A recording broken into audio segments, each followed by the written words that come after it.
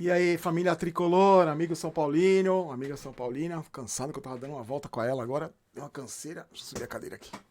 Eu canso, eu morro de andar. E ela não cansa, ela nem põe a língua de fora. Eu chego com a língua de fora aqui. Tudo bem com vocês? Boa noite.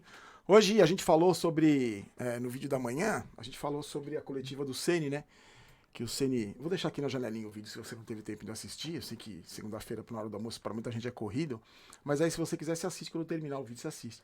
Falei sobre a coletiva do Rogério Ceni, um resumo rápido, que ele disse que o São Paulo jogou de igual para igual com o Flamengo, que o jogo foi parelho.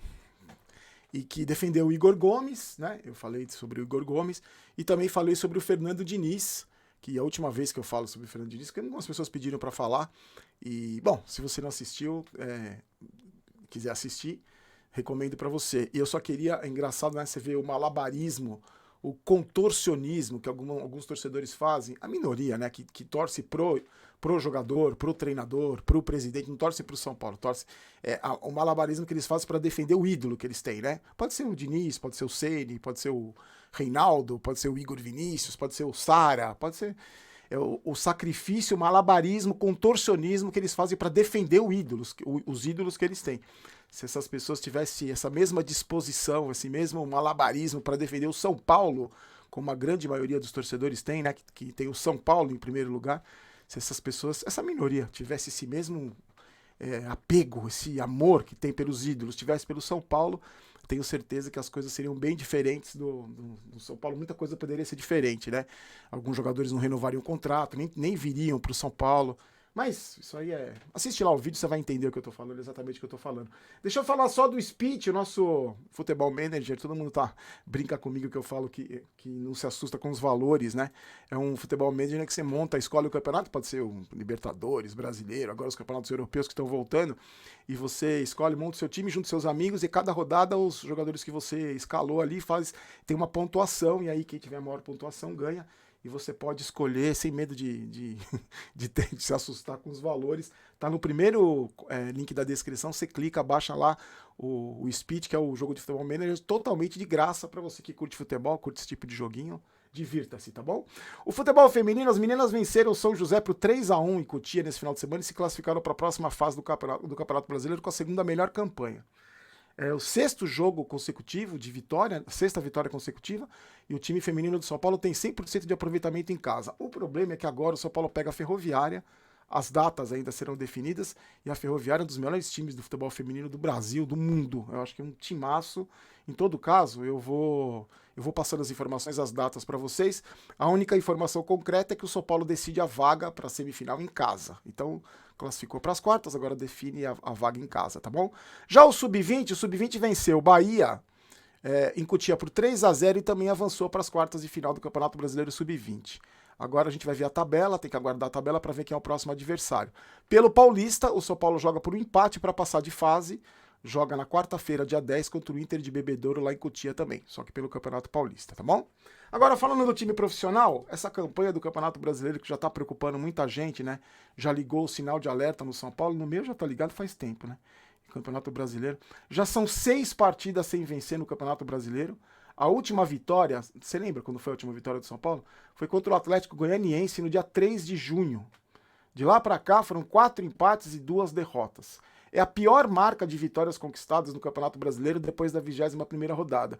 Isso aconteceu em 2005, naquele ano que o São Paulo ganhou tudo. Só que naquele ano, o São Paulo no Campeonato Brasileiro abriu mão do Campeonato Brasileiro, colocou time em reserva, porque estava focado na Libertadores e no Campeonato Mundial. E tinha time, né? O time reserva do São Paulo dava conta do recado.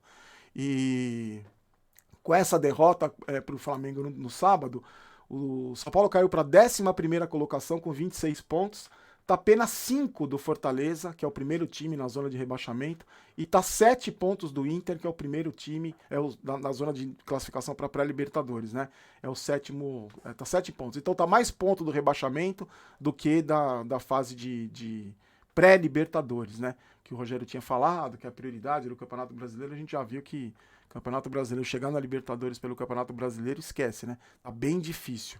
E aí, muitos de vocês me pediram para comentar, que eu não comentei no vídeo de sábado, porque eu não percebi na hora porque quando acabou o jogo, quando o Gabigol fez o segundo gol, eu tava ali onde eu gravei as lives e eu subi pra ir pra aquela cabine onde eu gravei o vídeo. Então, na comemoração ali do Gabigol, eu nem vi. Eu vi que ele fez a corridinha imitando o Reinaldo, né, dando uma cutucada no Reinaldo, que é a mesma corridinha que o Reinaldo fez quando fez o gol de pênalti lá no Maracanã. Eu só vi isso, depois eu não vi. Quando acabou o jogo, eu não vi essa discussão que teria tido entre o Galopo e o Pablo Maia.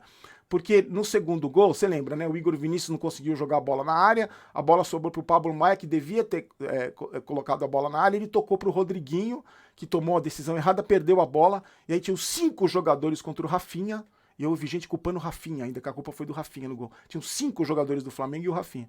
E aí o Gabigol fez o gol.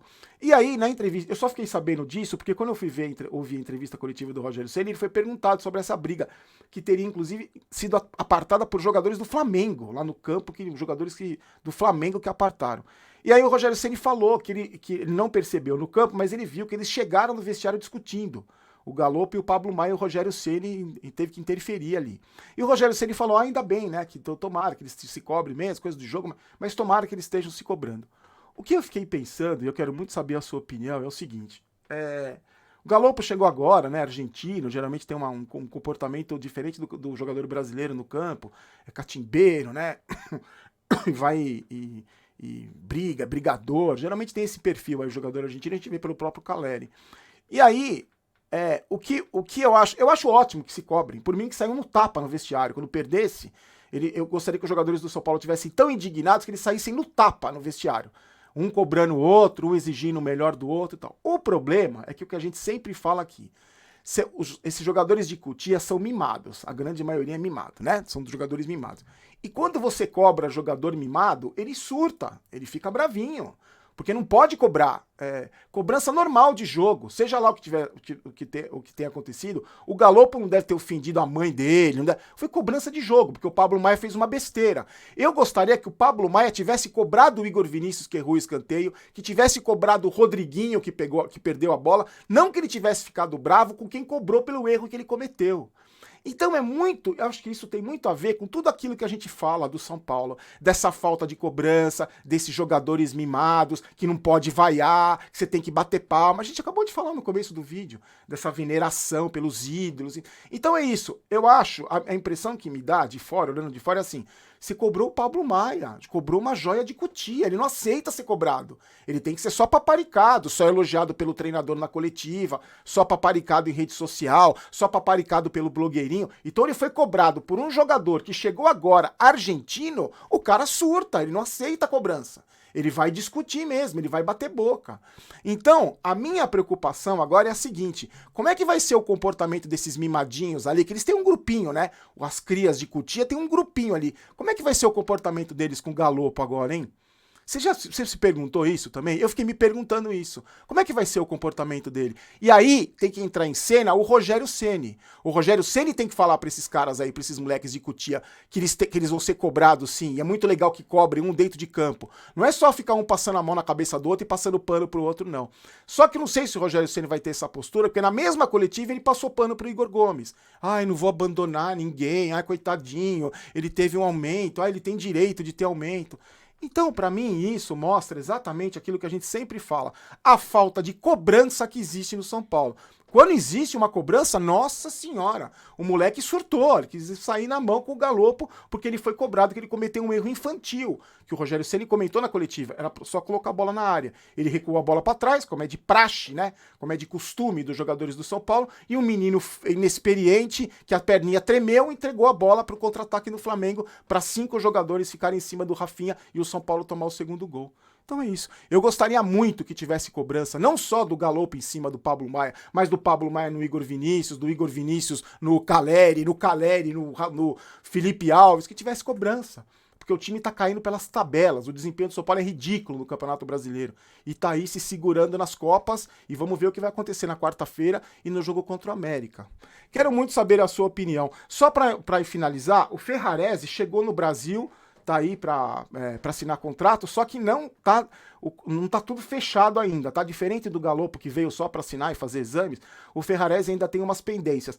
Quem tá trabalhando diretamente na contratação do Ferrarese com o Grupo City é o Júlio Casares. Ele que tá tratando diretamente, porque ele que tem o contato. Então, a informação é que o Ferrarese chegou, já tá no Brasil, e assim que ele acertar, talvez no vídeo de amanhã, meio-dia, a gente fale sobre a contratação do Ferrarese. Espero que vire, porque o Rogério Ceni de novo na coletiva reclamou que não tem zagueiro, que do meio de campo pra frente tem muito jogador, mas na zaga não tem. E aí eu faço uma pergunta a quem quiser responder lá no São Paulo, ninguém vai responder, óbvio. Cadê o Valci? O Valci, um zagueiro promissor, que o São Paulo investiu milhões com ele nas categorias de base. O cara se machucou, operou, tava bom, fez a transição. Cadê o Valci? O Valci não poderia ser uma opção de zagueiro aí, nesse improviso aí, com o Arboleda operado? Isso não podia ser? Ele estava na seleção brasileira. Ele não é um cabeça de bagre, ele tem talento. Eu pergunto a você, departamento médico do São Paulo, Dr. Sanches, o outro que é o coordenador, o Fernando Fernandes, onde está o Valci? O Valci vai poder jogar quando? Há quanto tempo já o departamento médico liberou? Então, se liberou, por que ele não joga? Ele tá treinando com o grupo? Ele já participa? Ele tem condições de ser relacionado? Ou tá lá brincando? Ou tá lá, não tem prazo? Vai voltar daqui 5 anos? Não sei. Alguém me explica, por favor, onde está o Valci, um zagueiro promissor que podia estar cobrindo essa lacuna de ausência de zagueiros? Agora, eu me pergunto, o Ferrarese é melhor que o Valci? Será que é melhor que o Valci? Não sei. Fica a pergunta para vocês aí do Departamento Médico do São Paulo, se vocês quiserem responder, que eu duvido que vai acontecer, né? Ó, 1xBet, primeiro comentário fixado, você clica, usa o código promocional Barolo, tudo que você apostar você ganha em dobro. E um abraço no Momento Maguila, Henrique Tunas de Belém do Pará, Alan Marcos Moreira e pros filhos Arthur e Raí, de Americana em São Paulo. Se inscreva no canal e deixe seu like se você gostou do vídeo, estamos quase chegando a 450 mil inscritos. Vai de presente a camisa, a medalha aqui da Libertadores, o chaveirinho. Então se inscreva no canal para você concorrer aos prêmios, presente da São Paulo Mania lá do Alpha Shop. Volto meio-dia, encontro vocês meio-dia. Vamos lá, essa semana é decisiva. Fiquem com Deus, a gente se encontra amanhã. Aqui não é Vai São Paulo, aqui é Vamos São Paulo. Eu não quero ter razão, quero ser campeão. Forte abraço, tchau.